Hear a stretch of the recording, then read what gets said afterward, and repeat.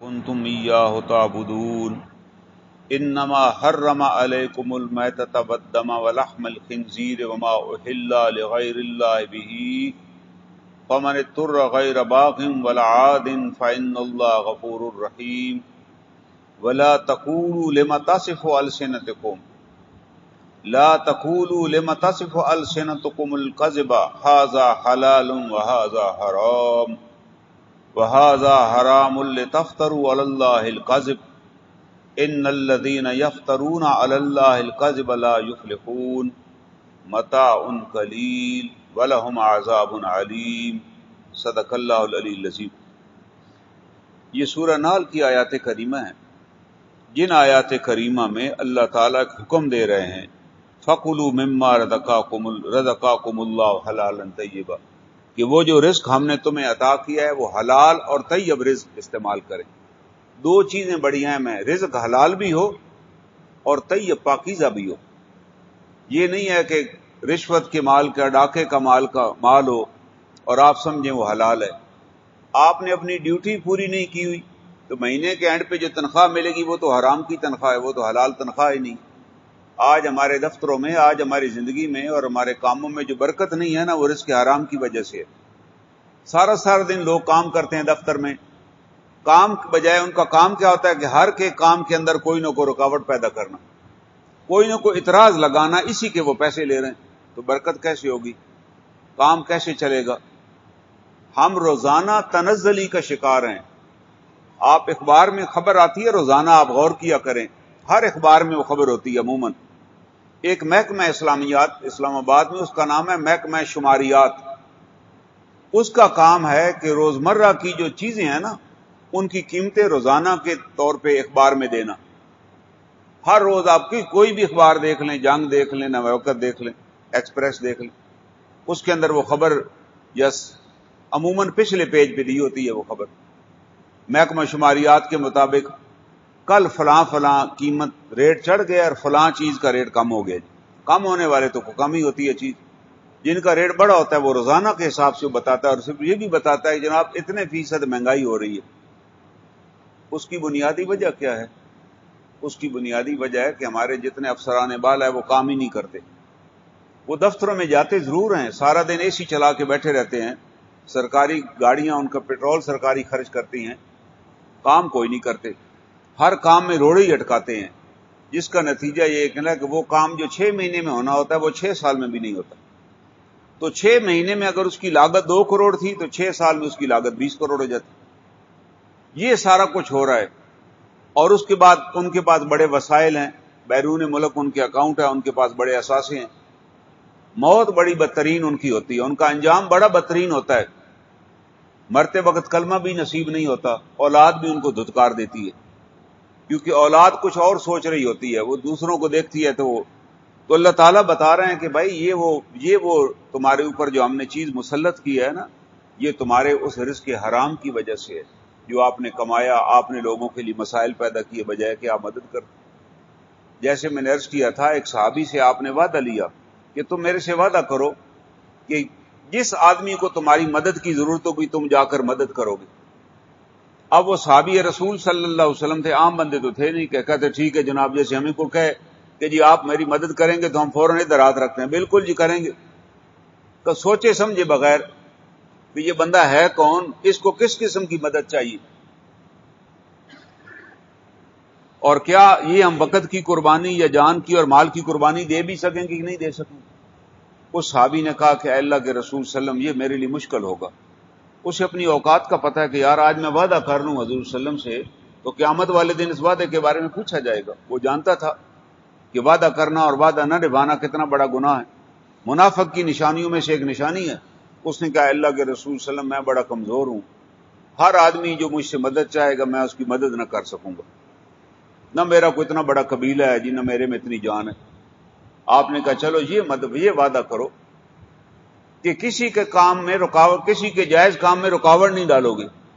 اس نے کہا ہاں جی میں وعدہ کر لیتا ہوں۔ کتنا عام وعدہ آپ نے لیا، یہ بڑی اہم بات ہے کہ آپ کی کسی کے جائز کام میں۔ آج ہمارے دفتروں میں جتنے افسران بیٹھے ہوئے ہیں، جتنے اہلکار بیٹھے ہوئے ہیں، کوئی بھی کام آپ لے کر جائیں، وہ سب سے پہلے دیکھے گا کہ یار اس میں رکاوٹ کیسے ڈالی جا سکتی ہے، کام جائز ہوگا، اور اس رکاوٹ ڈالنے کے لیے وہ ہمارے ٹیکسوں سے تنخواہ بھی لے رہا ہے، ہمارے وسائل پہ عیاشی بھی کر رہا ہے، اور ہم دیکھ رہے ہیں اور ہم کچھ بھی نہیں کر سکتے. ہم بالکل نائل اور بیکار قسم کی مخلوق ہیں. دنیا میں جن قوموں نے ترقی کی وہاں وہ لوگ ان کو عدالتوں میں لے کر گئے، ان افسروں کو، بڑے بڑے وزراء کو اور حکمرانوں کو وہ عدالتوں میں انہیں گھسیٹا کہ یار یہ آپ نے کیسے کیا تھا، جس کا نتیجہ یہ نکلا کہ وہاں حالات بہتر ہو گئے. لوگوں کو پتہ چل گیا کہ یار ہم سے پوچھا جائے گا. برطانیہ کا ایک جرنیل تھا، اس کا نام تھا کرام ویل، وہاں کا ایک بادشاہ بھی تھا. وہ بادشاہ بڑا زوراور تھا، ہر ایک پر مرضی کا ٹیکس لگا دیتا، اور کوئی بات کرتا جی ہم ٹیکس نہیں دے سکتے، کہتا جی اس کی زمین ہی ضبط کر دو. نتیجتاً لوگ کھڑے ہوئے کہ یار اس بادشاہ سے ہماری جان چھڑاؤ. تو کرام ویل جو تھا نا، اس نے کہا جی میں قیادت کروں گا، آپ میرا ساتھ دیں، میں سے آپ کی جان چھڑاتا ہوں.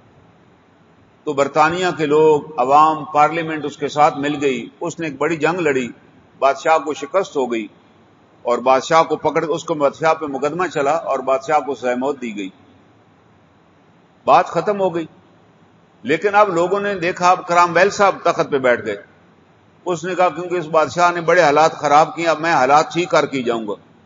لوگوں نے اسے کہا کہ یار ہم نے آپ کو حالات ٹھیک کرنے کے لیے نہیں کہا، ہم نے کہا تھا اس سے جان اب چھڑا دی جان آپ نے، اب آپ جائیں الیکشن ہو تاکہ نئی کابینہ پارلیمنٹ آ جائے تو وہ پھر مسائل خود حل کریں گے، آپ تو کسی کو جواب دے ہی نہیں ہو.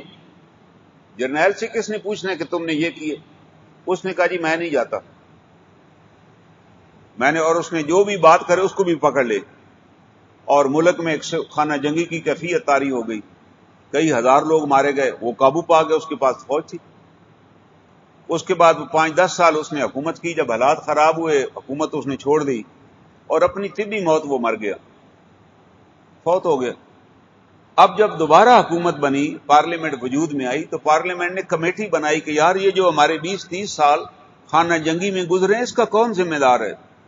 30 سال میں کوئی ملک میں کام ہی نہیں ہوا، ملک کی فوج کا اتنا نقصان ہو گیا، اتنے لوگ مارے گئے، کوئی انڈسٹری نہیں لگ سکی، ہماری اکانومی کا بیڑا غرق ہو گیا. اس پہ کمیٹی بنائی گئی، اور اس کمیٹی نے یہ بتا دیا، طے کر کے بتایا کہ جناب اس کا ذمہ وار کرام ویل تھا، کہ یہ بندہ اگر اپنے وعدے کے مطابق جب اس نے حکومت اس کو شکست دے دی تھی بادشاہ کو، تو حکومت پارلیمنٹ کے حوالے کرتا، وہ الیکشن کراتے اور حکومت آگے چل پڑتی.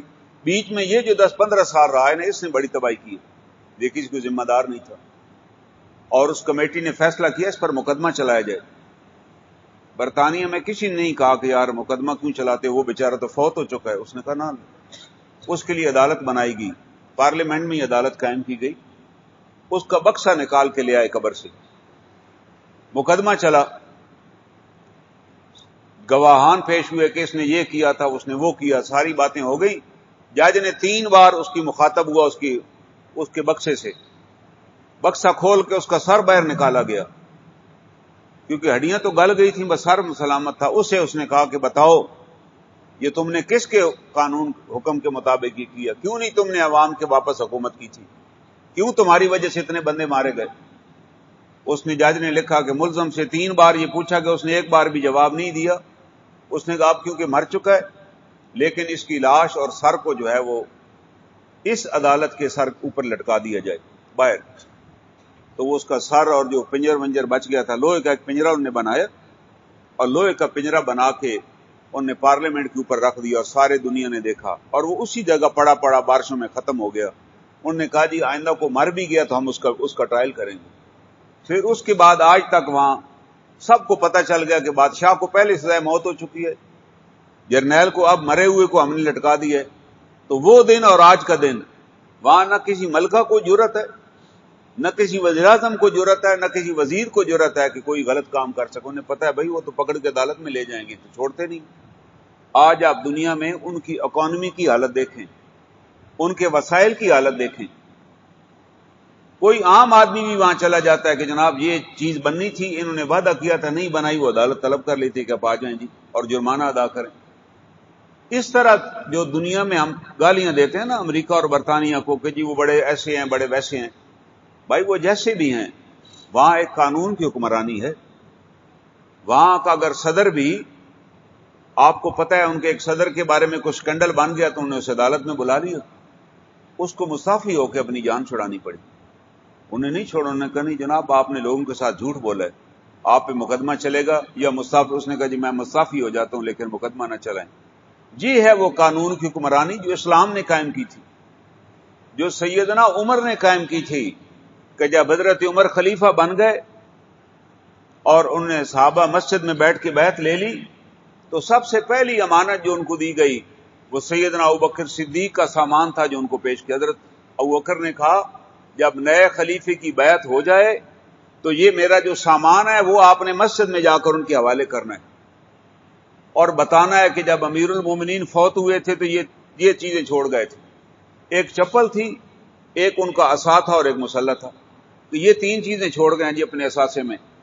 حضرت ابوبکر صدیق جب بیمار ہوئے آخری دنوں میں، انہوں نے عبداللہ بن مسعود رضی اللہ تعالیٰ عنہ کو بنایا جو بیت المال کے انچارج تھے، اور پوچھا کہ میں نے 2.5-3 سال میں کتنی تنخواہ لی ہے بھائی بتاؤ حساب کرو. انہوں نے کہا جی آپ نے نوکری ڈیوٹی کی تنخواہ. انہوں نے کہا نہیں وہ ٹھیک ہے، میرا کام تو خدمت کرنا تھا نا. آپ نے ٹھیک ہے میں نے تنخواہ لی، آپ اس کا ٹوٹل کریں. انہوں نے بتایا کہ اتنے 1000 درہم آپ نے اپنے 2 سالوں میں تنخواہ لی ہے.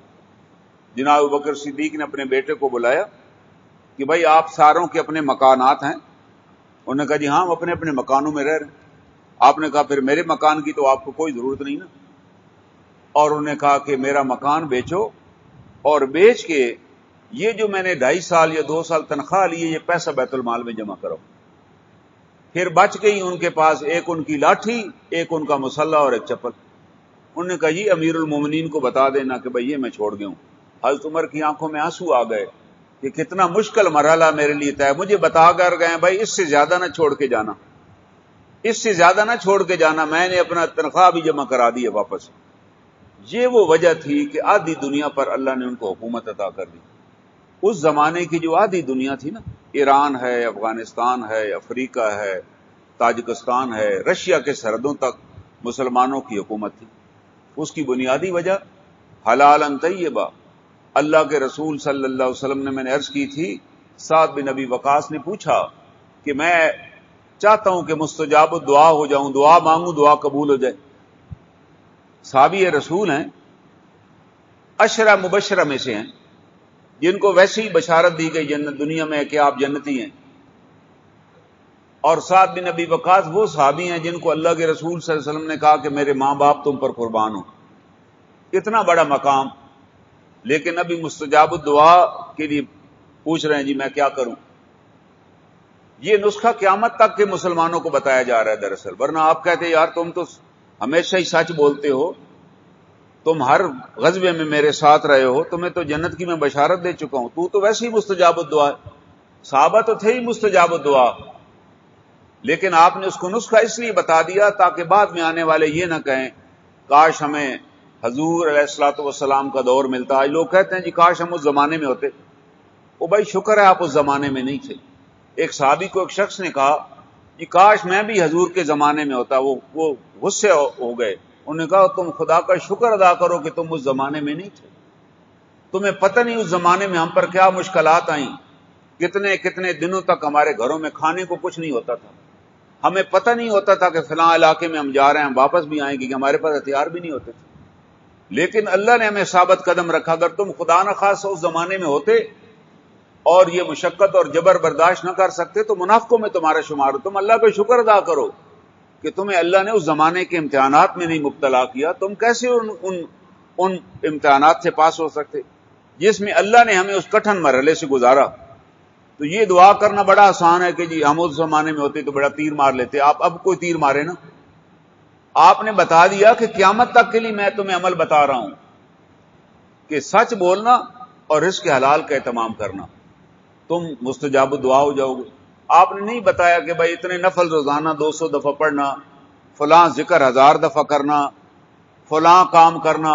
کوئی لمبی بات ہی نہیں بتائی. آپ نے 2 باتیں صرف بتائیں، سچ بولنا اور رزق حلال کا اہتمام کرنا. تم مستجاب دعا ہو جاؤ گے. جو مانگو گے ملے گا، جس کے لیے دعا مانگو گی قبول ہوگی. اور عبداللہ اور سعد بن ابی وقاص جب کوئی دعا مانگتے اور کوئی بندہ وہ کہتا یہ دعا مجھے میرے ساتھ ایک شخص نے کہا میرے ساتھ یہ جو واقعہ پیش آیا ہے، کہتا ہے اس لیے پیش آیا ہے کہ یہ سعد بن نبی وقاص نے ناراض ہو کر مجھے یہ بددعا دے دی تھی، تو مجھے اس وقت پتہ چل جائے گا میں بچوں گا نہیں۔ اس شخص نے مذاق اڑایا، ان کے بارے میں غلط بات پھیلا دی۔ آپ نے کہا کہ اللہ اسے لمبی عمر دے، اسے بے پناہ مال عطا کر، یہ بددعا دے رہے ہیں۔ آج ہم کسی کو کہیں اللہ آپ کو لمبی عمر دے، بڑا مال دے، تو بڑے ہم تو خوش ہو جائیں گے، یار سارے کام ہی بن گئے۔ انہوں نے یہ اسے دعا دے دی اور اس کی بڑی لمبی عمر ہو گئی، بڑا مال تھا، عبادت کو بھی اب اس کا دل نہ کرے، مال بڑا تھا، ہر آدمی کو چھیڑے۔ تو کسی نے کہا بزرگوں آپ شرم کرو، آپ اس عمر میں یہ کو کام ہے جو آپ کرتے پھر رہے ہیں؟ کہنے لگے نہیں، مجھے بددعا دی تھی سعد بن نبی وقاص، اس وقت میں سمجھا نہیں تھا کہ یہ مجھے کیا کہہ رہے ہیں کہ تم ہم سمجھ۔ انہوں نے بتا دیا کہ بہت زیادہ لمبی عمر اور بہت زیادہ مال ہونا یہ بھی خسارے کی بات ہے، حساب تو آپ ہی نہیں دینا جا کر۔ اگر اللہ کے راہ میں اس کا حق نہیں نکالیں گے، اگر حق نہیں نکالیں گے تو پھر تو پوچھا جائے گا، پھر تو آپ کو حساب دینا پڑے گا، حساب بڑا سخت ہوگا۔ تو صحابہ اکرام اس بات سے ڈرتے تھے کہ بھئی ہمیں حساب دینا پڑے گا، اور یہی وہ رزق حلال تھا جس کا اہتمام صحابہ اکرام نے کیا، اور وہ تمام صحابہ اکرام مستجاب الدعا تھے، کسی ایسی چیز کو ہاتھ ہی نہیں لگاتے تھے جو ان کو نہیں ہوتی تھی، کوئی چیز گری پڑی چیز کو اٹھاتے ہی نہیں تھے کہ بھائی ہماری ہے ہی نہیں ہم کیوں اٹھائیں۔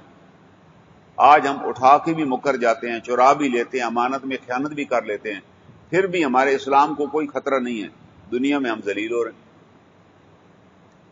ایک بڑے رائٹر ہیں ہمارے پاکستان کے، شورش کشمیری، مرحوم فوت ہو گئے، وہ اپنا واقعہ لکھتے ہیں کہ میں جرمنی میں گیا کسی دکان پہ، اور اس دکان سے میں نے کیمرہ خریدا۔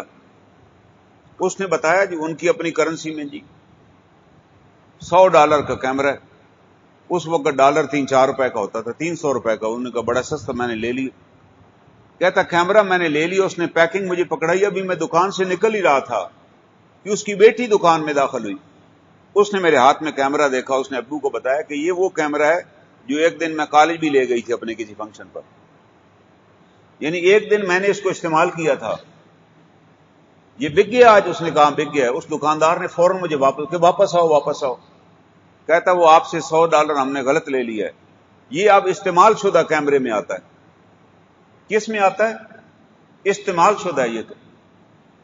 اب آپ کی مرضی ہے، خریدنا چاہیں تو لے لیں، اگر خریدیں گے تو اس کی قیمت $70 ہوگی، 100 نہیں ہوگی۔ نہیں لینا چاہتے تو نیا بھی پڑا، نیا دے دے۔ اس نے کہا میں نے وہی لے لیا 70۔ کیوں؟ اس عیسائی کو پتہ تھا کہ یار جو استعمال شدہ چیز ہے اس کی وہ نہیں ہو سکتی۔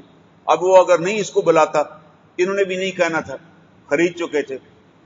لیکن اس دکاندار کو پتہ تھا کہ یار میں بزنس کر رہا ہوں، میں ایک دکاندار ہوں، اور بزنس کے لیے بنیادی ضرورت ہے کہ بندہ دیانتدار ہونا چاہیے، اور یہ دیانت کا تقاضا ہے میں اس کو بتاؤں کہ یہ نیا نہیں ہے، استعمال شدہ ہے۔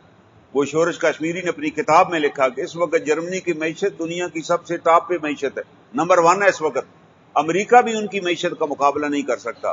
جرمین کی جو اشیاء بن کر آتی ہیں وہ بھی دنیا کی کوئی انڈسٹری اس کا مقابلہ نہیں کر سکتی، جو جرمنی کی چیزیں ہیں۔ اس کی بنیادی وجہ ان کی یہ دیانتداری ہے کہ نہیں بھائی یہ ہم جب کوئی چیز ایک دفعہ ہم نے بیچ دی تو وہ تو استعمال ہوگی تو اس کی تو وہ قیمت ہی نہیں رہی۔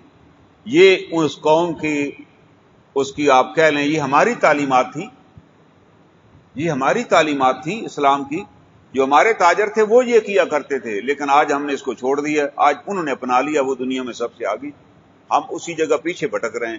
روز بروز ہماری تنزلی ہو رہی ہے، کیونکہ ہم حلالن طیبہ پہ ہمارا اعتقاد ہی نہیں۔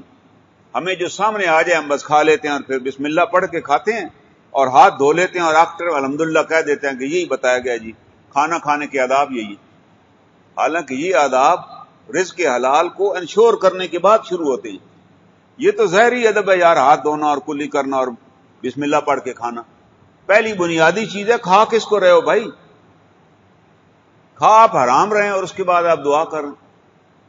اسی طرح عراق میں ایک گورنر تھا، حجاج بن یوسف، آپ نے نام سنا ہوگا، اس نے بڑے بندے قتل کروائے۔ حجاج بن یوسف جب گورنر بنا تو اسے بتایا گیا کہ آپ سے پہلے جتنے گورنر ہیں وہ قتل کیے گئے ہیں، آپ سے پہلے یہاں مختار سقفی بھی تھا وہ بھی قتل ہو گیا، آپ سے پہلے عبید اللہ بن زیاد تھا وہ بھی قتل کر دیا تھا، فوج نے بغاوت کی اس کے مار ڈالا۔ آپ سے پہلے جتنے گورنر آئے کوفہ میں سب قتل ہوئے۔ اس نے کہا اس کی وجہ بتاؤ۔ وہ بڑا زیرک انسان تھا اپنے زمانے کا۔ انہوں نے کہا اس شہر میں ایک جماعت ہے مستجاب الدعا لوگوں کی، جب وہ گورنر کے ظلم کو بڑھتا دیکھتے ہیں تو وہ دعا کرتے ہیں اکٹھے بیٹھ کے کسی جگہ، پھر وہ گورنر نہیں بچتا۔ اس نے کہا اس جماعت کا مجھے پتہ بتاؤ۔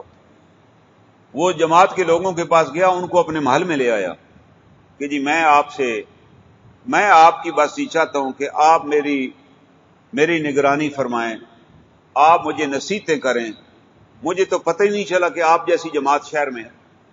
وہ بھی سادہ لوگ بزرگ تھے، بڑے خوش ہوئے، پاس بٹھایا بڑے ادب کے ساتھ، اور اس نے کہا نہیں آپ، انہوں نے کہا جی ہم آپ کو جو بھی آپ مشورہ دیں گے، ہم مانگیں گے، ہم دیں گے۔ اس نے کہا بس میں جو بھی مجھے مسئلہ درپیش ہوگا میں آپ کو بلا لوں گا، آپ مجھے مشورہ دیجیے۔ اس کے بعد اس نے کہا کھانا منگاؤ، ان کو کھانا کھلایا، جانے لگے، ان کو لباس دیے پہننے کے لیے کہ نہیں آپ ذرا اچھا لباس پہنے، شریعت میں اجازت ہے۔ وہ لے کے چلے گئے۔ اب حجاج بن یوسف نے وہی سلسلہ شروع کیا کہ جس پر شک ہو اس کا ہاتھ کٹوا دے، زیادہ شک ہو تو جیل میں ڈلوا دے اور مروا ڈالے۔ تو کسی مشیر نے کہا کہ آپ تو ان بندوں سے مل چکے ہیں جو مستجاب الدعا تھے، اب بھی آپ کو پچھلوں کا بھی حشر پتہ ہے۔ اس نے کہا آپ کو پتہ نہیں میں نے ان کے ساتھ کیا کیا ہے، انہوں نے میرے دسترخوان پہ رزق حرام کھایا ہے۔ کہنے لگا میرے پاس تو ہے ہی سارا رزق حرام، میں بیت المال سے لوگوں کو کھلاتا ہوں، وہ بیت المال جو یتیموں اور بیواؤں کے لیے اسی میں سے تو خود بھی کھاتا ہوں اور ان کو بھی کھلاتا ہوں، ان کو بھی کھلایا، اسی بیت المال میں اسی میں نے لباس دیے ہیں بھائی۔ اب یہ جو مرضی میرے خلاف دعائیں کریں ان کی دعا قبول ہی نہیں ہونی۔ وہ حجاج بن یوسف طبعی موت مرا، اس کے خلاف کسی نے بغاوت نہیں کی۔ اس نے کہا ان کی دعائیں ختم ہو گئی، کل رات ان کی دعائیں ختم ہو گئی، میں نے ان کو خوب کھلا پلا کے بھیجا تمہارے سامنے، میری خوشامد میں آ گئے، بس کھا گئے، میں اب بے فکر ہوں ان کی دعاؤں سے۔ آپ دیکھ لیں کہ رزق حلال کا کتنا بڑا کمال ہے۔ یہ ایک بات بڑی اس کی اپنی تاریخی سند سے لکھی ہوئی ہے کہ حجاج بن یوسف نے ان کو کہا ان سے کہ میرے لیے آپ دعائیں فرمائیں، مجھے گائیڈ کریں، کھانا بس کھا کے میرے پاس سے جائیں تاکہ مجھے خوشی۔ اس نے کہا کھانا اس لیے نہیں کھلایا تھا، اس لیے کھلایا تھا کہ ان کا اثر زائل ہو جائے، اثر ختم ہو گیا۔ آج ہمارے ہاں کتنے لوگ ہیں دعائیں کرنے والے، کتنے ایسے دربار ہیں جہاں بڑے بڑے اولیاء کرام بیٹھے ہیں، آپ چلے جائیں اور جا کر ان کو ہدیہ پیش کریں، وہ بھی نہیں پوچھیں گے کہاں سے لائے اور کون ہو تو۔ نظام الدین اولیاء رحمۃ اللہ علیہ کو اشرفیوں کی تھیلی پیش کی گئی اور پیش کرنے والے نے اصرار کیا کہ نہیں آپ ضرور قبول فرمائیں۔ سلطان نے بھیجے ہیں، انہوں نے کہا یار لے جاؤ یار، میں نے کیا کرنا ہے، میں تو کوئی چیز وصول نہیں کرتا، بہت تمہیں شوق ہے تو باہر جا کے لنگر میں دے دو جہاں لوگ کھانا کھاتے ہیں۔ انہوں نے کہا نہیں جناب لنگر پہ ہم کیوں دیں، ہم نے آپ کو دینا ہے، سلطان نے کہا تھا آپ کو ہی دینا ہے۔ جب بار بار انہوں نے اصرار کیا تو آپ نے وہ تھیلی پکڑی، اس سے نچوڑا، جب نچوڑا تو اس میں سے خون بہنے لگا۔ اس نے کہا اس تھیلی میں اشرفیاں نہیں ہیں، یہ غریبوں کا خون ہے جو اس کے اندر بھرا ہوا ہے، تم وہ خون مجھے میرے جسم پہ لگانا چاہتے۔ اس نے جب خون گرتے دیکھا تو ڈر گیا اور بھاگ گیا، وہ تھیلی لے کے چلا گیا۔ اس نے کہا میں تھیلی کیوں قبول کروں تمہاری، تم ظلم سے اور حرام سے جو مال اکٹھا کرتے ہو تم مجھے دینا چاہتے، کسی کی جرت ہی نہیں تھی کہ وہ جا کر دیتا۔ اسی طرح اس زمانے کا ایک سلطان تھا، اس نے کہا میں آپ سے خود ملنا چاہتا ہوں اور آپ کے ہاتھ پہ بیعت کرنا چاہتا ہوں۔ آپ نے انکار کر دیا کہ نہیں تمہیں میرے پاس آنے کی ضرورت نہیں ہے۔ آپ کے ایک ساتھی نے جو آپ کے پاس ہی بیٹھا کرتے تھے، بڑے مشہور تھے اپنے دور کے، انہوں نے کہا حضرت کیا حرج ہے اگر وہ آ جائے سلطان اور آپ پہ ہاتھ پہ بیعت کر لے۔ انہوں نے کہا وہ اپنے ظلم پر میری مہر لگوانا چاہتا ہے تاکہ لوگ کل کہیں کہ یار سلطان تو حضرت کا مرید ہے اور سلطان جو کام کر رہا ہے ٹھیک ہی کر رہا ہوگا۔ کہتا ہے جب تک یہ اپنے حالات نہ بدلے، یہ جب تک اپنے اتوار نہیں بدلے تو میری بیعت کیسے کر سکتا ہے؟ میری بیعت کے لیے تو ضروری ہے کہ وہ پہلے توبہ کرے گناہ کبیرہ اور صغیرہ سے، پھر میں بیعت کر لوں گا۔ اگر وہ ریشم پہن کر آئے اور سونے کی انگوٹھیاں پہنی ہوئی ہوں اور آ کر میری بیعت کرے اور میں بیعت کی اجازت دے دوں تو اس کا مطلب ہے میں نے ریشم اور سونا حلال کر دیا۔ یہ امیر خسرو تھے جس کا بادشاہ کے ساتھ بھی تعلق تھا اور حضرت کے بھی وہ مرید تھے۔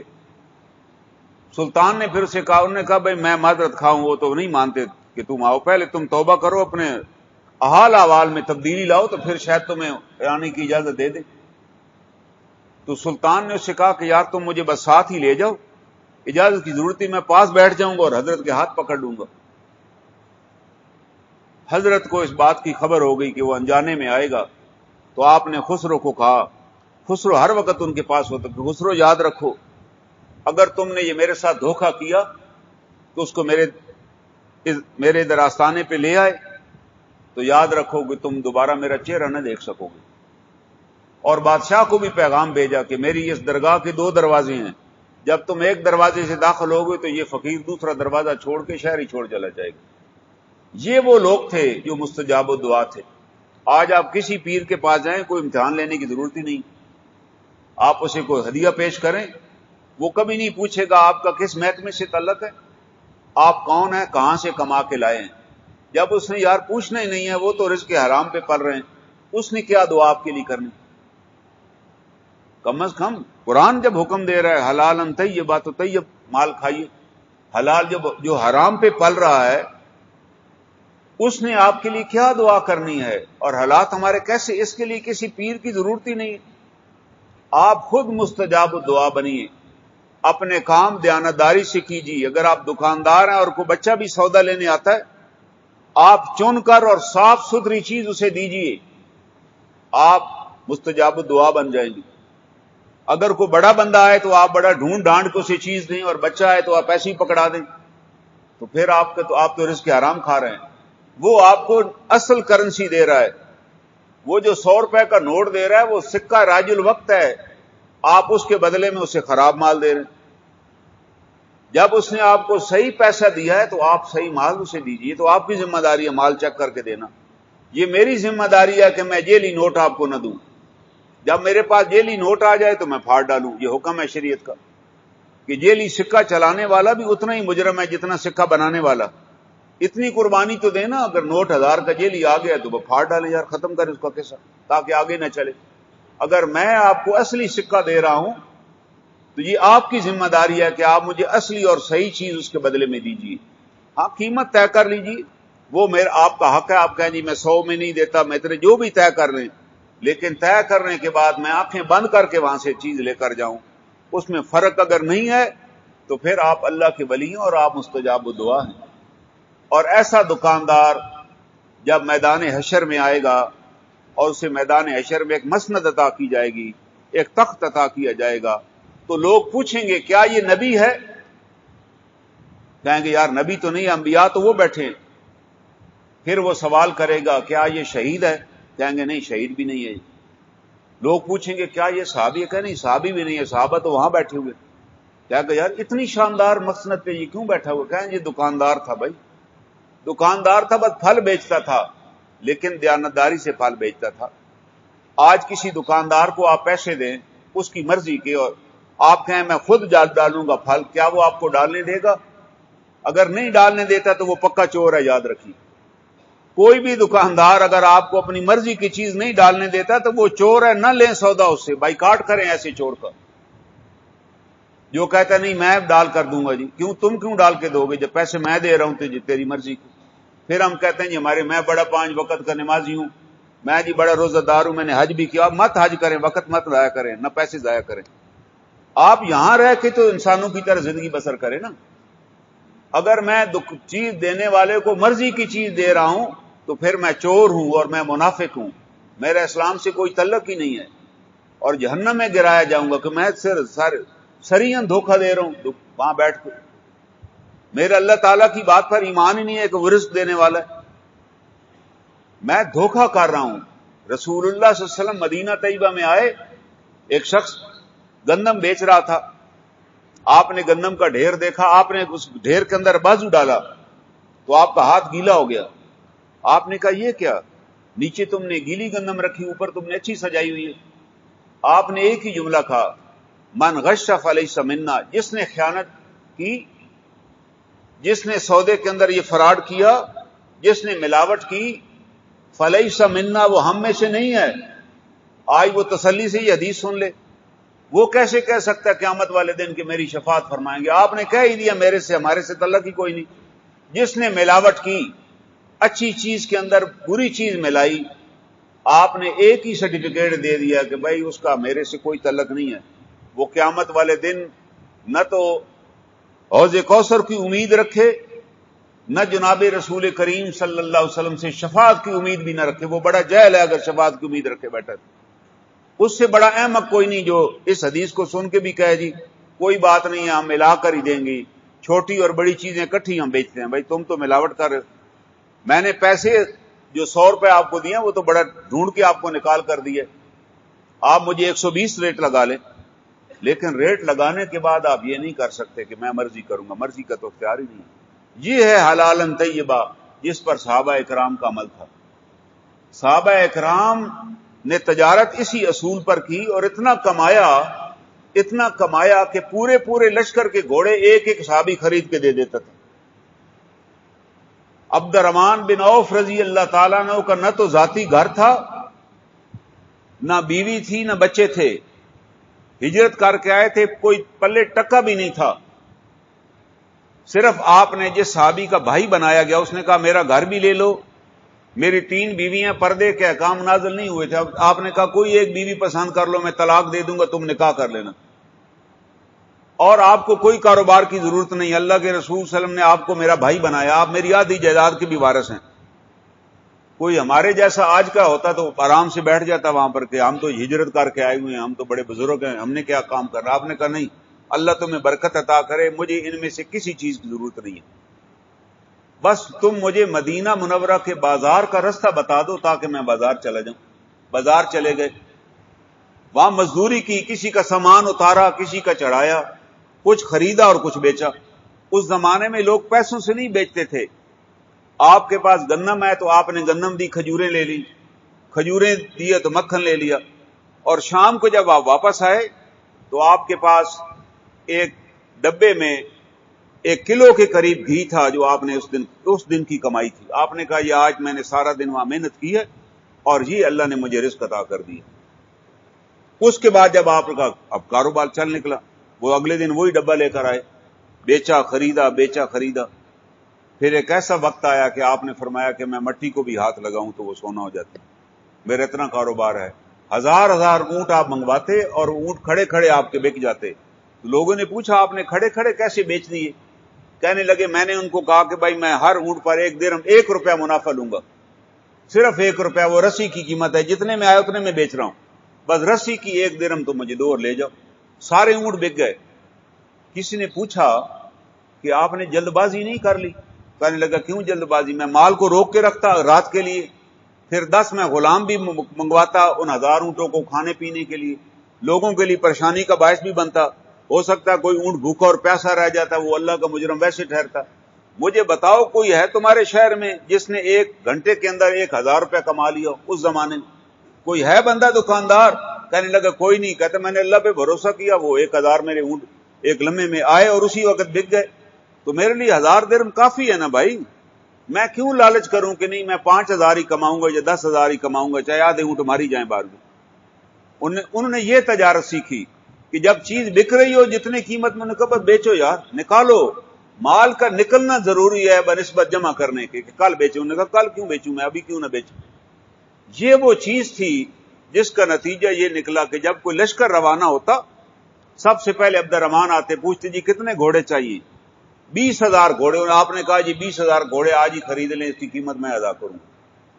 اللہ نے اتنی وسعت عطا کی تھی، اتنی برکت عطا کی اللہ تعالیٰ نے اس کاروبار کے اوپر، کیونکہ یہ وہ کاروبار اس طرح کر رہے تھے کہ جیسے جناب رسول اللہ صلی اللہ علیہ وسلم نے تعلیم دی تھی کہ بھائی ایسے رزق حلال آپ نے کمانا ہے۔ جب یہ ایمان ہوگا کہ ہم رزق حلال کمائیں گے اللہ برکت دے گا، تو اللہ برکت دے گا نا۔ اللہ نے بتا دیا نا کہ ہم نے برکت دے دی تمہارے سے پہلے والوں کو۔ تم صحابہ اکرام کے حالات زندگی تو پڑھو نا، کہ ان کے کپڑوں پہ پیوند لگے ہوتے تھے، لیکن جب اللہ نے ان پر خزانے کھولے، وہ چند سال ان پر آئے امتحان کے۔ اللہ خود فرماتے ہیں کہ اگر تم کہو گے کہ میں صاحب ایمان ہوں تو ہم اتنا کہنے پہ تمہیں جنت میں نہیں داخل کریں گے۔ تمہارا اتنا کہہ دینا، کو بندہ یہ کہہ دے جی میں الحمدللہ بڑا صاحب ایمان ہوں، اللہ تعالیٰ فرماتے ہیں ہم اسی وقت اس کا امتحان لیں گے، اسی لمحے، اسی مجلس کو بھی پتہ چل جائے گا کتنا صاحب ایمان ہے۔ یہ اللہ کا قانون ہے۔ اللہ فرماتے ہیں جب صحابہ نے کہا ہم صاحب ایمان ہیں، ہم ایمان لے آئے، تو ہم نے انہیں جنت میں نہیں داخل کیا. ہم نے تو پہلے 13 سال انہیں مکہ میں گزارا. لوگ انہیں پانی بھی نہیں بھرنے دیتے تھے, لوگ انہیں تجارت بھی نہیں کرنے دیتے تھے. پھر انہیں کہا ہجرت کرو, اپنا مال اور اسباب چھوڑ کے وہ ہجرت کر گئے 400 کلومیٹر دور. یہ بھی نہیں پوچھا کہ کب واپس آئیں گے. 10 سال وہاں بھی گزر گئے, وہاں بھی لوگوں نے انہیں چین سے نہیں بیٹھنے دیا. کبھی بدر میں حملہ ہو گیا, کبھی احد پہ حملہ ہو گیا. پھر اللہ تعالیٰ نے خیبر کی فتح عطا کی. خیبر کا زرخیز ترین خطہ صحابہ اکرام کو مل گیا, اور یہ طے ہو گیا کہ یہودی اس پہ کاشتکاری کریں گے, اور آدھی جو فصل ہوگی, آدھی فصل بطول خراج کے ان کو دیں گے. وہ جب بطول خراج کے آ گئی تو صحابہ اکرام کے تمام معاشی مسائل حل ہو گئے. ان کو بھی کسی کام کی ضرورت نہیں, اتنی فصل آتی تھی وہاں سے. پھر بحرین فتح ہو گیا تو بحرین کا مال آنا شروع ہو گیا. پھر شام فتح ہو گیا تو شام کا مال آنا شروع ہو گیا. پھر اتنا مال آیا کہ تقسیم کرنے کی سمجھ نہیں آتی تھی کیسے تقسیم کریں. جب وہ مال صحابہ کرام نے دیکھا, اتنے مال کے ڈھیر تھے کہ حضرت عمر رضی اللہ تعالیٰ جیسا 6.5 فٹ کا قد کا آدمی بھی کھڑا ہوا نظر نہیں آتا تھا. تو صحابہ روتے تھے کہ کہیں ایسا تو نہیں ہے اللہ نے ہماری قربانیوں کا صلہ ہمیں دنیا میں ہی نہ دے دی اور آخرت میں شہر میں کچھ نہ ملے. انہیں بتایا گیا نہیں, یہ تو تمہاری اس دعا کا نتیجہ ہے جو تم مانگا کرتے تھے, ربنا آتنا فی الدنیا حسنہ وفی الآخرۃ حسنہ وقنا عذاب النار. یہ جو تم دعا مانگتے تھے نا, اے اللہ ہمیں دنیا میں بھی بھلائی عطا کر اور آخرت میں بھی بھلائی عطا کر, اور ہمیں جہنم کی آگ سے بچا. تو اللہ نے تو تینوں وعدے پورے کر دی. اب تم جا کر دیکھ لو گے جب جاؤ گے. آج کوئی صحابی مجھے بتائیے جس کا نام ہم لیں بغیر رضی اللہ تعالیٰ عنہ کے. کیوں؟ اللہ کہہ چکا ہے کہ ہم نے ان کو عزت دے دی ہے, اور یہ عزت ہم نے ان کے ناموں کے آگے قیامت تک کے لیے لکھ دی ہے. جی اللہ نے ابھی کو کتاب قانون ہے ملک میں, ایک آدمی کہ میں رضی اللہ نہیں کہتا تو آپ پکڑ لیں اسے. اللہ کہتا ہے نہیں, ہم نے لکھوا دی ہے. ہر صاحب ایمان صحابہ اکرام رضوان اللہ اجمعین کا نام ادب سے لے گا. اللہ کہہ رہا ہے ہم نے تمہارے نام پہ ادب لکھ دیا, تم نے دنیا چھوڑی, ہم نے تمہیں دونوں جہانوں کی عزت عطا کر دی. تو اللہ تعالیٰ سے دعا ہے یہ جو معمولی عمل ہے نا دیانتداری سے کام کرنے والا, اللہ ہمیں اس پر عمل کی توفیق عطا فرمائے. یہی ہمارے لیے بدر ہے, یہی ہمارے لیے احد ہے, اور یہی ہمارے لیے خندق ہے. اللہ تعالیٰ ہمیں ان آیات کی معرفت نصیب فرمائے. وآخر دعوانا الحمدللہ رب العالمین.